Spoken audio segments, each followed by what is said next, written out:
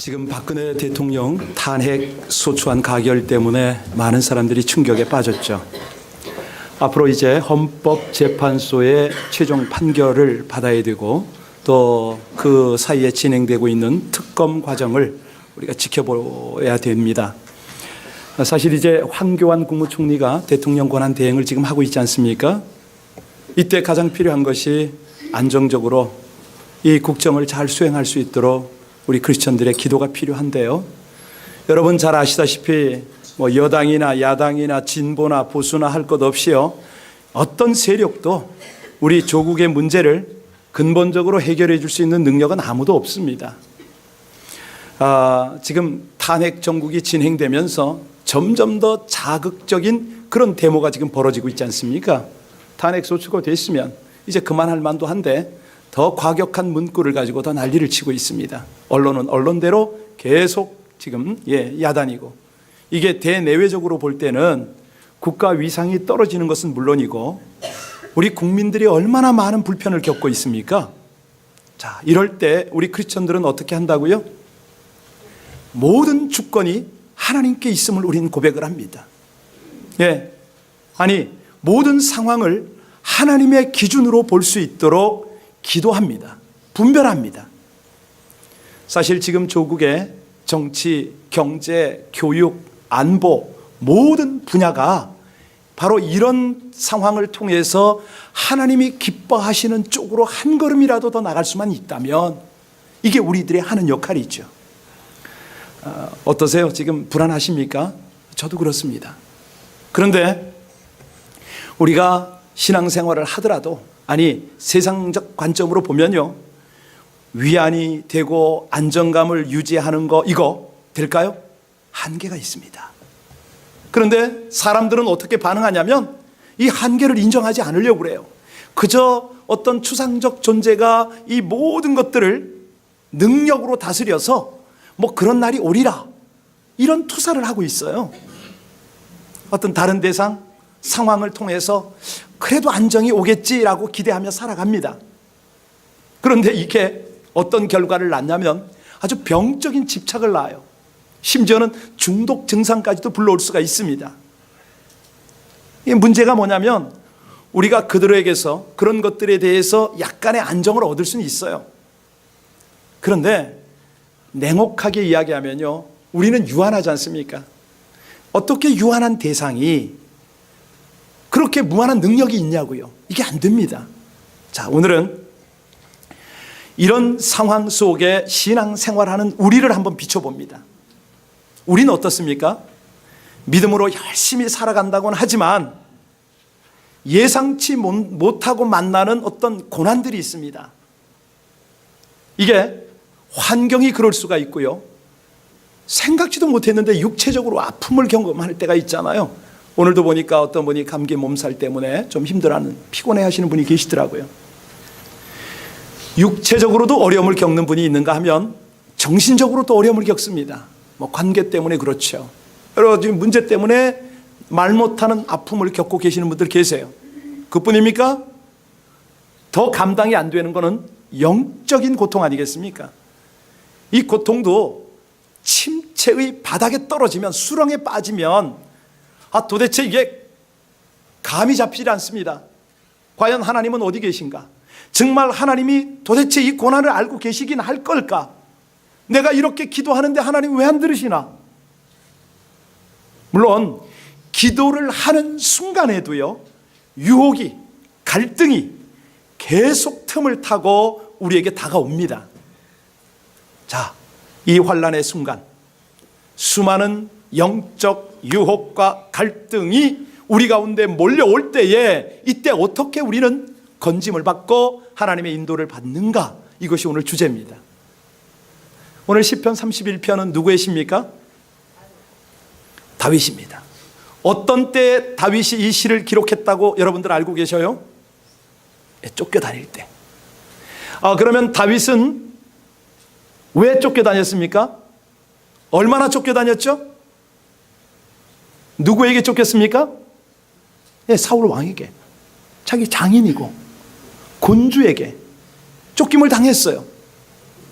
수없이. 젊었을 때는 그랬습니다. 그러면 노년이 되어서는요, 왕이 되고 나서도 또 쫓겨다녔어요. 누구에게요? 아들에게요. 자기 친아들에게, 압살롬에게 또 쫓겨다니며 도피 생활을 했어요. 근데 어느 정도냐? 죽음의 위협에 몰릴 때까지 아주 깊고 그렇게 철저한 수렁에 빠져서 정신적, 환경적, 영적인 침체에 건짐받을 수 없는, 소망이 없는 상황까지 지금 빠졌습니다. 자, 그럴 때 어떻게 하느냐? 이 다윗이요, 우리에게 강한 도전이 되는데 그가 헤쳐나온 방법이 뭡니까? 기도했다는 거예요. 이거는 우리와 같습니다. 그런데 우리와 다른 점이 뭐죠?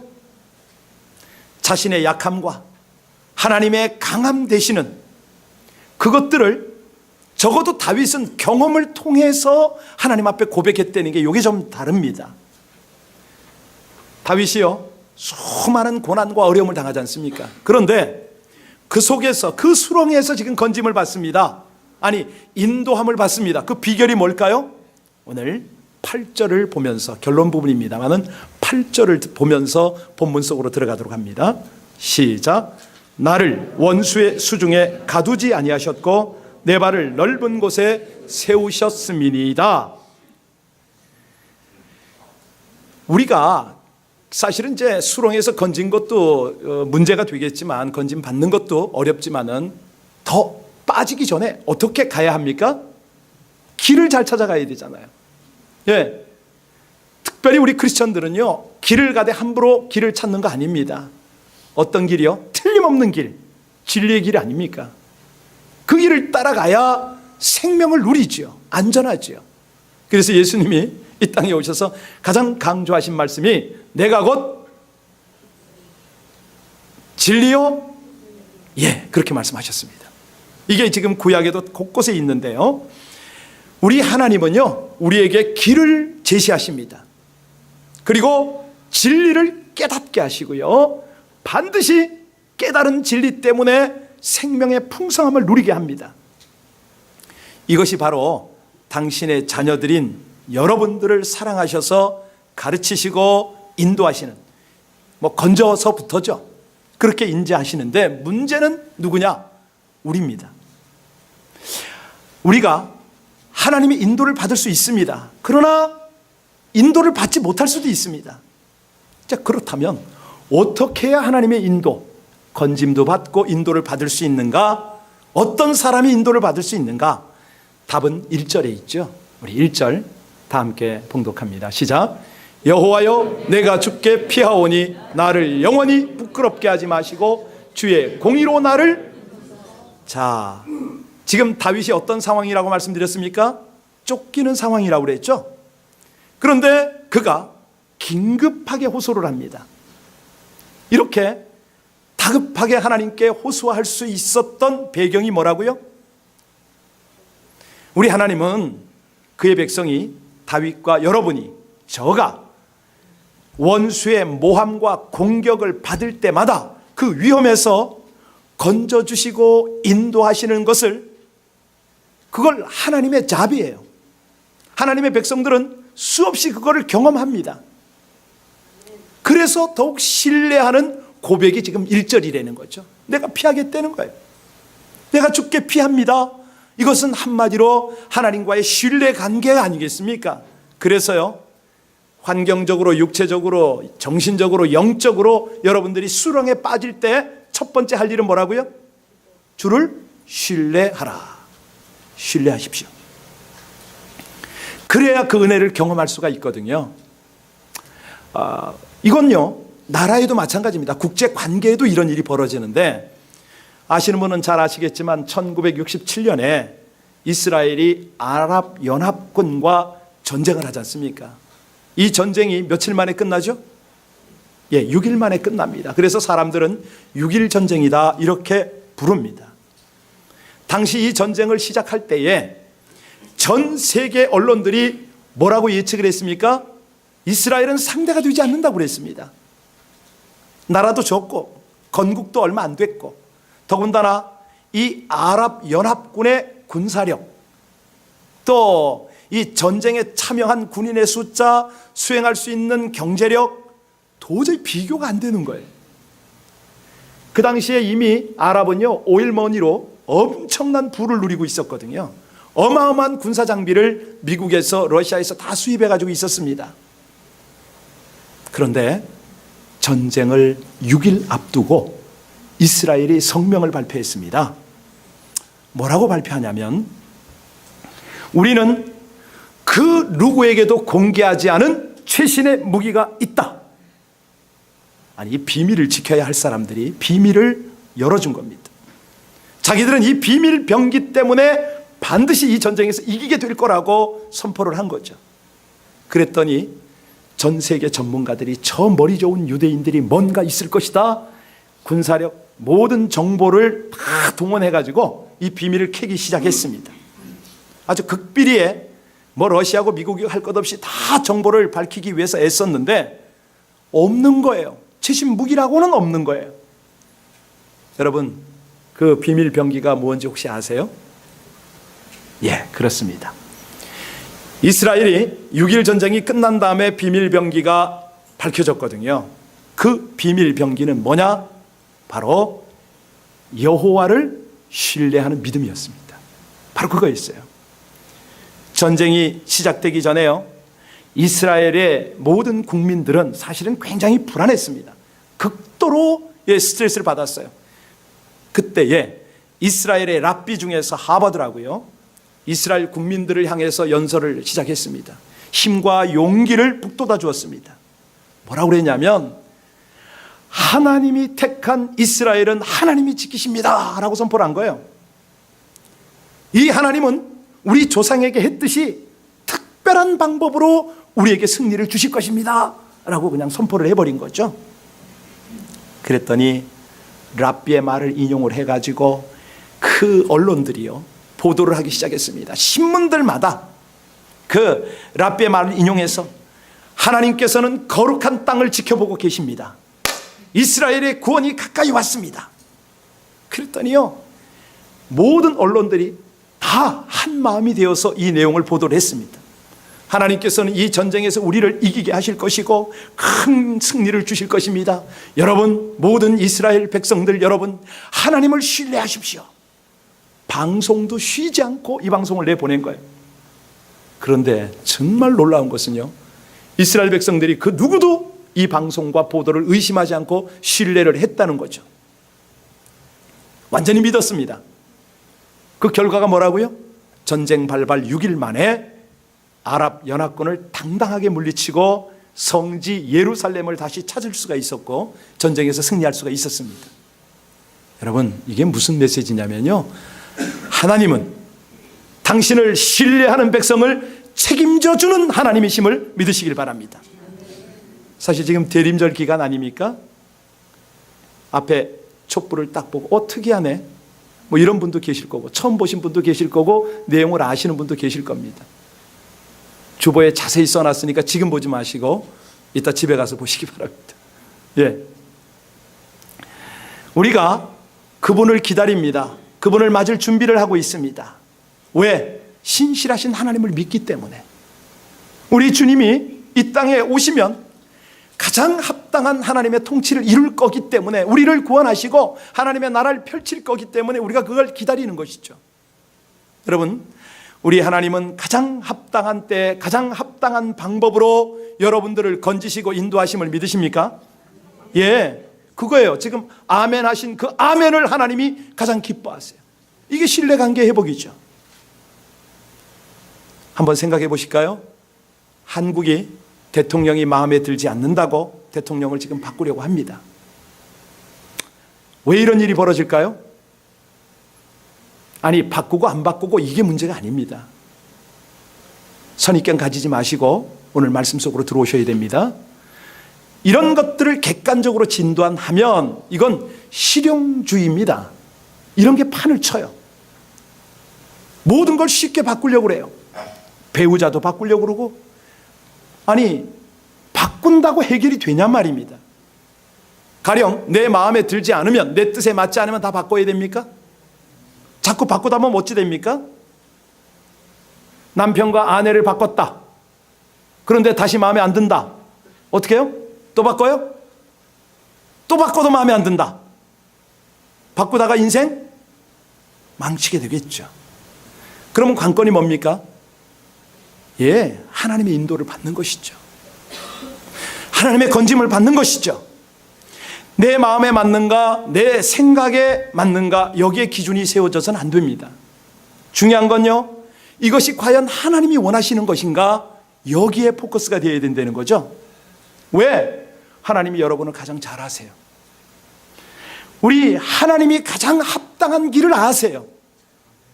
그래서 사단 마귀가 우리를 계속 대적하고 유혹하고 넘어뜨리고 그 깊은 수렁에 가두려고 하지만은 이 위기 속에서 하나님을 신뢰하고 하나님의 건짐과 하나님의 인도를 기대하는 사람, 이 사람이 하나님을 기쁘시게 한단 말이죠.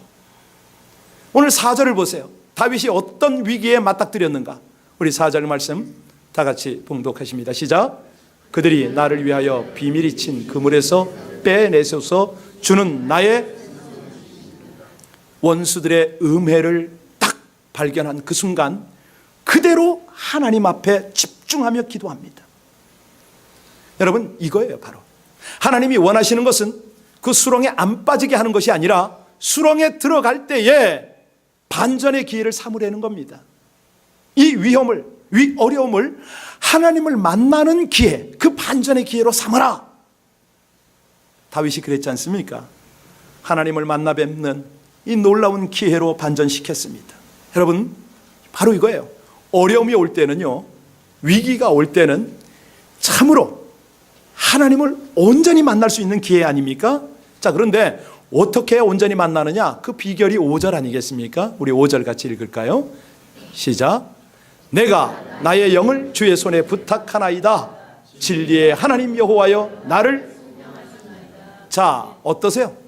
내용을 보면 세상 사람이 보면 절망적 포기같이 느껴지지 않습니까? 내 영을 부탁하나이다. 내 목숨을 주께서 거두시옵소서. 뭐 이렇게 보일 수도 있어요. 그런데 아니에요. 이건 뭐냐면 그야말로 전적인 신뢰의 기도입니다. 하나님, 제 영혼까지 하나님 앞에 올립니다. 여러분, 이거 어디서 많이 듣던 내용 아닙니까? 신약에서 들었죠? 예, 예수님이 십자가에서 이 말씀을 하셨습니다. 주여, 내 영혼을 아버지 손에 의탁하나이다. 바로 이 말씀이었어요. 주님께서요, 이 죄악된 세상에서 죄악된 인생들을 구원하시기 위해서 십자가를 지시고 그 마지막 순간에요, 자기 육체 다 버렸습니다. 그리고 하나님께 맡기는 것이 있었으니 자기의 영혼을 맡겼다는 거 아닙니까? 바로 이겁니다. 이게 승리의 비결입니다. 기도가 하나님께서 온전히 들으실 수밖에 없도록 하는 비결이라고요. 저와 여러분도 이런 기도할 수 있기를 주의 이름으로 축원합니다. 주 하나님께 온전히 맡기는 그 신뢰, 그 믿음의 기도 아니겠습니까? 여러분, 영혼을 주님께 맡길 때 정신과 육체도 주님은 구원하시고 남으실 줄을 믿으시기 바랍니다. 바로 그겁니다.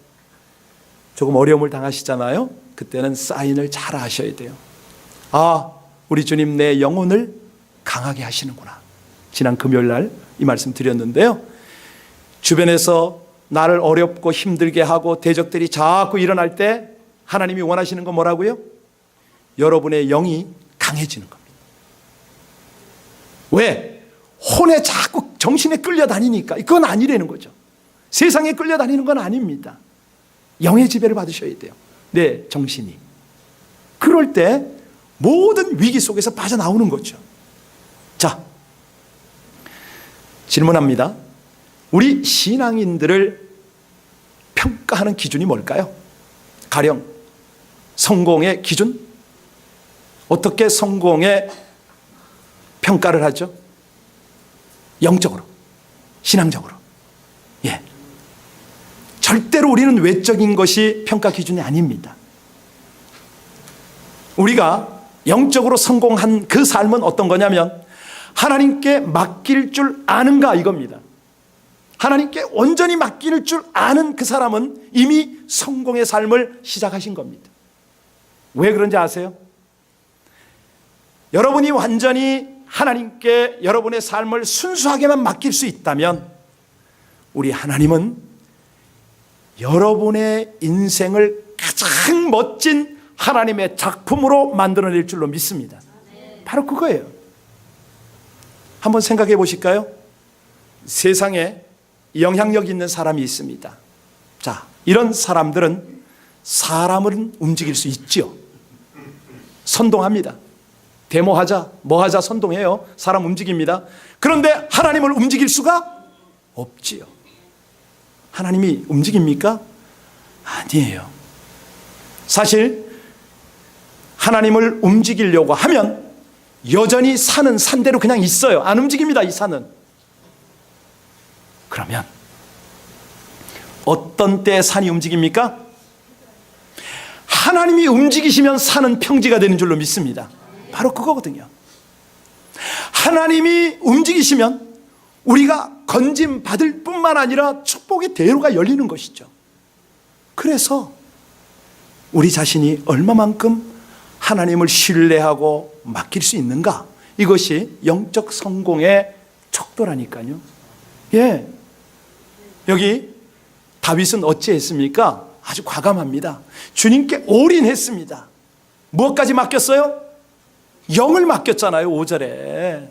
이 기도가 그래서 보통 기도가 아닙니다. 한번 해보세요, 여러분. 주무시기 전마다 제 영을 맡깁니다. 그리고 주무세요. 오늘 하루도 잘 살게 하고, 오늘까지 잘 살게 하셨는데 이 밤에 저를 거두시옵소서. 기도하시고 주무시기 바랍니다. 그러면 새벽에는요, 또 새날 주신 감격 때문에 또 힘차게 살지 않습니까? 여러분, 그렇습니다.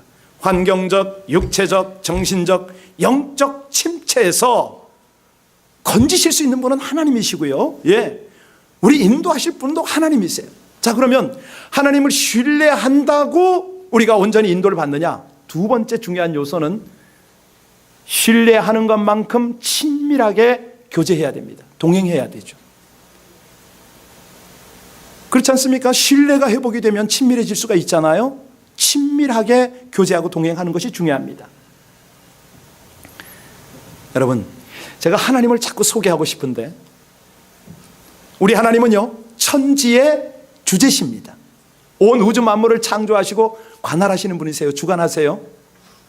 이 하나님이 영원부터 영원까지 변함없으세요. 어디에나 무소부재로 함께 계세요. 이 하나님이 여러분의 하나님이십니다. 믿으십니까? 자, 그러면 하나님이 그 형상대로 만드시고 이 모든 것들을 주관하는 하나님이 여러분의 하나님이고 아버지라면 여러분들을 인도하시고 풍성한 은혜로 채워주실 것을 믿으십니까? 왜 인도 못 받으세요? 왜 은혜가 떨어지세요? 그런데 하나입니다. 신뢰까지는 하지만 은혜가 떨어지고 인도를 못 받는 이유는 뭐라고요? 친밀함이 없으니까. 함께 동행이 안 되는 거예요. 아담과 하와가 에덴 동산에서 주님과 함께 친밀하게 거닐었잖아요. 동행을 했잖아요. 항상 하나님을 뵙고 하나님과 대화하고 하나님과 교제를 했습니다. 이런 친밀한 관계의 아담과 하와가 언제부터 교제가 깨졌어요? 아시잖아요. 언제부터 깨졌어요?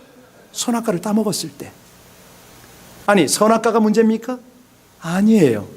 그 사이에 지금 뭐가 장애가 끼어들었어요. 그 장애가 뭐죠? 죄죠. 죄.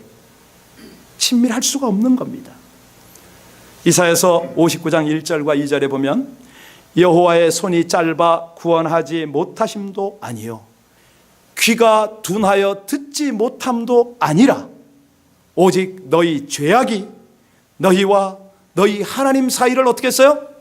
갈라놓았고, 예, 너희 죄가 그의 얼굴을 가리워서 하나님의 얼굴을 우리에게 보여줄 수가 없는 거예요. 그래서 너희에게서 듣지 아니하시리라 이렇게 말씀하세요. 다시 말씀드립니다. 주님과 친밀하게 동행할 수 없는 이유가 뭐라고요? 죄가 하나님과 우리 사이를 갈라놓아서. 우리가 하나님을 아무리 신뢰해도 하나님이 우리를 신뢰하지 못하면 이게 안 열리는 거죠. 친밀할 수가 없다는 거죠. 우리의 죄가 하나님의 응답을 막고 우리의 죄가 하나님의 인도를 방해합니다.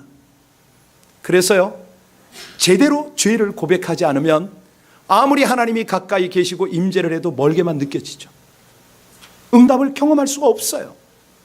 그런데 이거는요, 다른 어떤 것들로도 바꿀 수가 없습니다. 뭘로만 가능하죠? 회개 기도로만 가능해요. 예수님의 보배로운 피로 씻는 회개만 가능해요. 여러분, 우리가 수렁에서 사망의 저 웅덩이에서 건짐을 받고 하나님의 신실하신 인도를 받기 위해서 회개하며 친밀함을 회복하시길 주의 이름으로 축원합니다. 오늘 1절과 2절 다시 한번 볼까요? 여기 보세요. 자, 장애물이 사라져야 됩니다. 시작. 여호와여, 내가 주께 피하오니 나를 영원히 부끄럽게 하지 마시고 주의 공의로 나를 건지소서. 내게 귀를 기울여 속히 건지시고 내게 견고한 바위와 구원하는 산성이 되소서. 아멘입니다. 아멘입니다. 지금 다윗은 하나님의 품으로 돌아와서 기도의 자리를 완전히 회복한 거 아닙니까? 그리고 고백을 합니다. 하나님은 견고한 바위라는 거예요. 구원하는 산성이라고 고백을 합니다. 아니, 3절에 보시면요, 나를 인도하신다라고 고백을 해요. 3절도 띄우세요. 자, 이럴 때에 이미 다윗은요, 기도 응답을 받은 걸로 지금 고백을 하고 있지 않습니까? 어떻게 이렇게 자신감이 넘치죠? 딱 하나예요. 하나님의 뜻대로 구했기 때문에 친밀하게 동행을 하니까 그때 하나님의 마음이 느껴지는 겁니다. 여러분, 우리가 기도할 때 응답을 못 받는 이유가 뭐죠? 하나님의 능력이 부족해서요?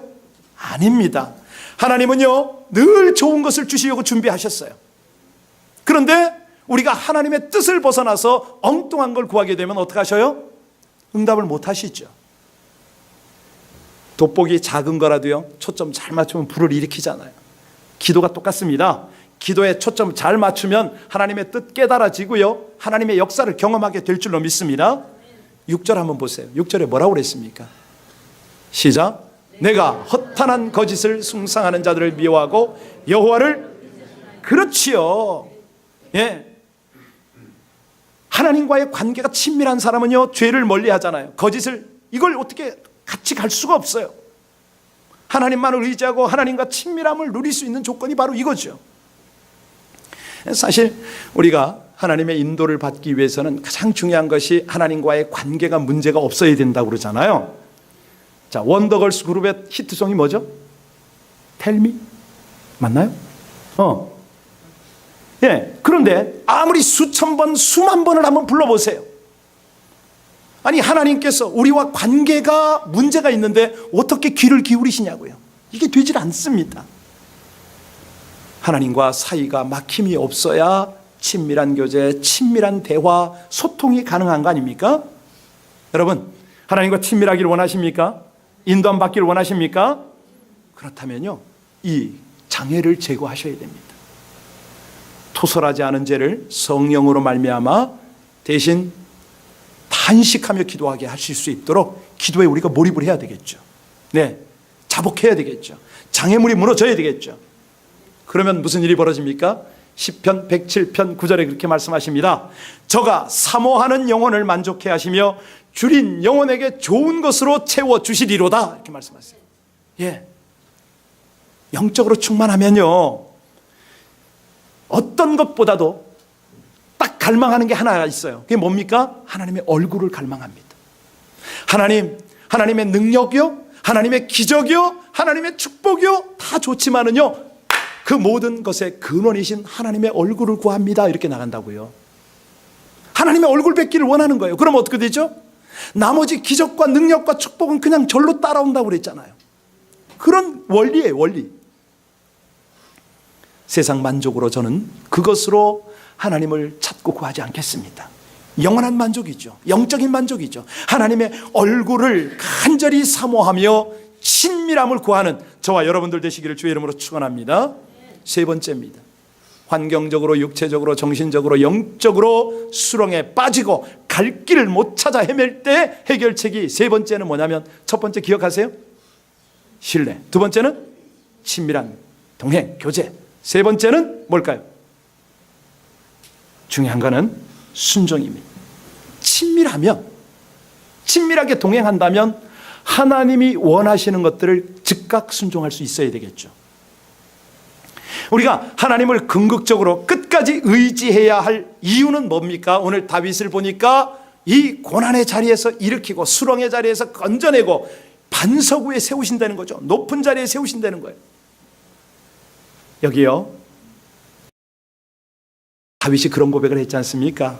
하나님이 자신을 원수의 수중에 가두지 아니하시고 자기 발을 높은 곳에 세웠다고 고백을 합니다. 8절 한번 볼까요? 오늘 마지막 절인데요. 다시 한번 봅니다. 시작. 나를 원수의 수중에 가두지 아니하셨고 내 발을 넓은 곳에. 이게 무슨 얘기냐면 하나님의 마음을 간파한 다윗의 고백이죠. 여러분이 하나님이라면 이렇게 고난당하고 간절히 하나님을 신뢰하고 하나님하고 친밀하게 동행하는 이 백성, 하나님의 말씀이라면 순종하는 백성을 어찌 대하겠습니까? 말할 것 없죠. 그 백성 바라보시고 아픔을 위로하기를 멈추지 않을 거 아닙니까? 아니, 그에게 새로운 힘과 능력을 주시고 싶어 하시고 마침내 고난을 털어버리고 반석 위에 견고히 서서 그렇게 살아가도록 여러분이 하나님이라면 그렇게 돕지 않으시겠어요? 그런데 왜 안 되냐고요, 이게. 아니, 그분을 신뢰하고 그분과 친밀함도 어느 정도 가졌는데 왜 이게 안 되냐고요. 하나입니다. 순종을 하지 않기 때문입니다. 여러분, 말로 순종하는 건 순종이 아닌 거 아시죠? 정말 순종은요, 행동의 순종입니다. 우리 하나님이 말하는 그 말을 보지 않으시죠. 중심을 보신다고 그러잖아요. 행동하는 순종을 보시는 겁니다. 그래서 요한계시록 1장 3절에 우리에게 뭐라고 당부하십니까? 이 예언의 말씀을 읽는 자와 듣는 자와 그 가운데 기록한 것을 어떻게 하는 자가 복이 있다? 그렇죠. 순종하는 자가 복이 있다. 말씀대로 사는 것이죠. 기꺼이 하나님의 말씀을 신뢰하고 친밀하게 그 말씀을 받아 먹으며 말씀대로 순종하려고 할 때에 하나님이 그때 건지는 거죠. 보호가 되는 거죠. 지혜가 되는 거죠. 능력이 되는 거죠. 시편 32편 7절로 9절을 보면 그런 말씀이 있어요. 주는 나의 은신처이오니 환난에서 나를 보호하시고 구원의 노래로 나를 두르시리이다. 내가 내 갈 길을 가르쳐 보이고 너를 주목하여 훈계하리로다. 너희는 무지한 말이나 노새같이 되지 말지어다. 그들은 제갈과 굴레로 단속하지 아니하면 너희에게 가까이 가지 아니하리로다. 여러분, 혹시 무지한 노새, 말, 이 표현을 하나님이 왜 했다고 생각하는지 이렇게 상상되세요? 여러분, 이 노새가 말을 잘 안 들으면 어떡합니까? 입에? 등에다가? 그런 거예요. 순종하지 않는 백성은 어찌합니까? 제갈 물려야죠. 목에 굴레 씌워야죠. 그래야 입과 목이 아파야 사람이 시키는 대로 따라가잖아요. 여러분, 근데 이제 문제는 우린 사람이란 말이죠. 노새도 알고 말도 알겠는데 우린 사람이에요. 근데 사람 중에 고집 센 사람이 있잖아요. 이 고집 센 사람 말 잘 듣습니까? 아무리 좋은 계획을 알려줘도 잘 듣질 않습니다. 사실은 좀 무지한 사람일수록 좋은 충고를 받아들이지 않는데요. 왜? 자기 생각대로 행동을 하니까. 아무리 좋은 길로 잘 지도하려고 해도 이게 물거품이 될 때가 참 많은데요. 한번 가령 이렇게 생각해 볼까요? 여러분들께서요, 학생입니다. 아니, 선생님이 돼 볼까요? 학생을 가르쳤어요. 그럴 때 학생들이 두 가지 학생이 있잖아요. 한 학생은 잘 따릅니다. 가르치는 대로 그냥 숙제 내면 그냥 호목이고 충실하게 잘해요. 그런데 어떤 학생은 그냥 듣는 둥 마는 둥이에요. 그럼 여러분 기분이 어떠시겠어요? 아무리 가르쳐도 안 들으면 그 학생이 별 관심이 없죠. 그러나 선생이 하나를 가르치면 둘을 알려고 그러고 또 질문을 하고 그대로 따라 하려고 그러고 그러면 선생은 피곤해도 열심히 가르치려고 그러고 하나라도 더 알려주고 싶어 하잖아요. 하나님께서는 지시하시는 대로 순종하며 따르는 성도에게 하나라도 더 깨닫게 하시고 하나라도 더 주려고 하시는 하나님이심을 믿으시길 바랍니다. 그거지요.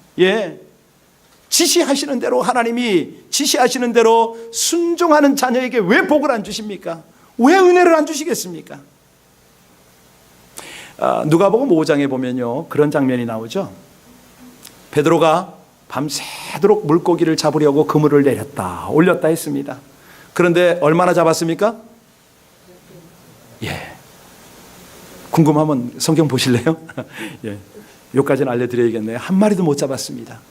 그랬더니 우리 주님께서 뭐라고 그러시냐면 어디에 가서 그물을 내려라 그러죠? 깊은 곳에 가서 그물을 내려라. 이거 여러분 수준이 있으세요? 예. 자, 그랬더니 베드로의 반응 아세요? 선생이요, 우리들이 밤새도록 수고했을 때 잡은 것이 없지만은 무엇을 의지하여 그물을 내리리다? 말씀을 의지하여 순종하겠다 이 말입니다. 순종해 보겠습니다 라고 주님께서 일러주신 대로 깊은 곳에 가서 그물을 내려 고기를 잡으니 얼마만큼 잡혔더라? 2배에 가득 차고도 남을 만큼 그물이 터질 만큼 그렇게 고기가 잡혔더라. 그 얘기가 바로 8절 아니겠습니까? 다시 한번 봉독합니다. 그 감격 가지고 시작. 나를 원수의 수중에 가두지 아니하셨고 내 발을 넓은 곳에 세우셨음이니이다. 이거를요, 그저 축복의 개념으로만 한없이 달려가면 안 됩니다. 우리의 신앙이 기복신앙이 될 수 있기 때문에요, 제대로 된 신앙의 샘플을 하나 나누겠습니다. 세계적으로 유명한 외과 의사이고 산부인과 의사인 하워드 켈리의 이야기입니다. 이가 이제 의과대학을 졸업하는 날이에요. 아니 참 유명하고 돈 벌고 의사가 된 다음이 아니고 의과대학을 딱 졸업을 하고 이제 병원으로 나가기 직전에 일기를 뭐라고 썼는지 제가 읽어드릴게요. 주님, 내 자신과 나의 시간과 나의 능력과 나의 열정, 이 모든 것을 당신께 드립니다. 당신의 도구로 사용되기를 원하오니 나를 정결하게 하시고 제가 주님께 가까이 가는 것을 방해하는 것이라면 세상에 어떠한 성공이라도 제게 허락하지 마옵소서. 어떤 느낌 드세요? 졸업하니까 진로도 열어주시고 좋은 병원 가게 하시고 수입도 많이 만들어주셔서 11조 펑펑하고 선교하게 하옵소서, 이렇게 하지 않았습니다. 예, 바로 이거 아닙니까? 자, 그러면 여러분에게 직접 연결되는 질문을 하겠습니다. 밤에, 아니 여러분들 기도 중에 주님께서 현현하셨습니다. 그리고 여러분에게 질문합니다. 내가 너에게 무엇을 줄고? 마치 솔로몬을 만나주신 하나님처럼 주님께서 여러분을 만나서 너에게 무엇을 줄고 할 때 여러분은 뭐를 구하시겠습니까? 어떻게 대답하시겠습니까? 성령? 지혜? 돈? 믿음? 많겠죠. 여러분, 방금 전에 저는 하워드 켈리 이야기를 했는데 그 이야기를 들으면서 오늘 다윗을 보면서 우리가 도전받는 것이 뭡니까? 네, 네가 무엇을 원하느냐? 구해야죠. 건강도 구하고 평안도 구하고 가정과 미래도 구하고 좋은 것들을 다 구해야죠. 그런데 정작 우리 자신이요, 주님, 저는 주님이면 만족합니다. 주님의 나라를 구합니다. 이럴 사람이 몇이나 될까? 그렇죠? 이럴 사람이, 하나님이 그렇게 찾고 보고 싶어하는 그 사람이 하나님 앞에서 반응을 할까? 이게 주님을 신뢰하는 거 아니겠습니까? 이게 주님과 친밀한 방법이고 주님께 순종하는 방법 아니겠습니까? 예. 우리가 그렇게만 한다면 그 자체를 이미 하나님의 뜻을 행하고 사는 삶입니다. 그러니까 나머지는 더불어서 다 생기는 거예요. 여러분 찬양하셨잖아요. 내 앞에 바다가 갈라지지 않으면 주께서 나를 그 바다 위를 걷게 하신다고 그랬잖아요. 걷게. 찬양을 하는데 믿지는 않으세요? 하나님을 믿는다면, 예, 하나님이면 족합니다. 하나님의 나라입니다. 이런 대답이 있어야 되지 않겠습니까? 육체적으로 환경적으로 정신적으로 영적인 침체에서 이 수렁에서 빠져나오기를 원하시는데 어쩌면 그렇게 철저하게 내가 기준이냐 이거죠. 하나님의 기준이 돼야죠. 그럴 때 하나님이 모든 것을 더불어 주시겠죠. 그게 하나님을 신뢰하는 거 아닙니까? 그게 하나님과 친밀함을 누리는 거, 동행하는 거, 순종하는 거 아니겠습니까? 오늘 우리 아까 했던 나의 하나님 찬송을 할 때요, 나의 영혼이 하나님 앞에 드려지는 바로 그 마음, 그 자세 가지고 오늘 말씀 생각하면서 세 가지입니다. 깊고 깊은 수렁에서 건짐받는 비결, 첫 번째가 뭐였죠? 두 번째는요? 세 번째는요? 외우실 때까지 계속 다시 합니다. 자, 수렁에서 건짐받고 인도받는 비결, 첫 번째는? 두 번째는? 세 번째는? 됐습니다. 바로 그 결단을 가지고 이 찬양에 담아서 하나님 앞에 올려드리겠습니다.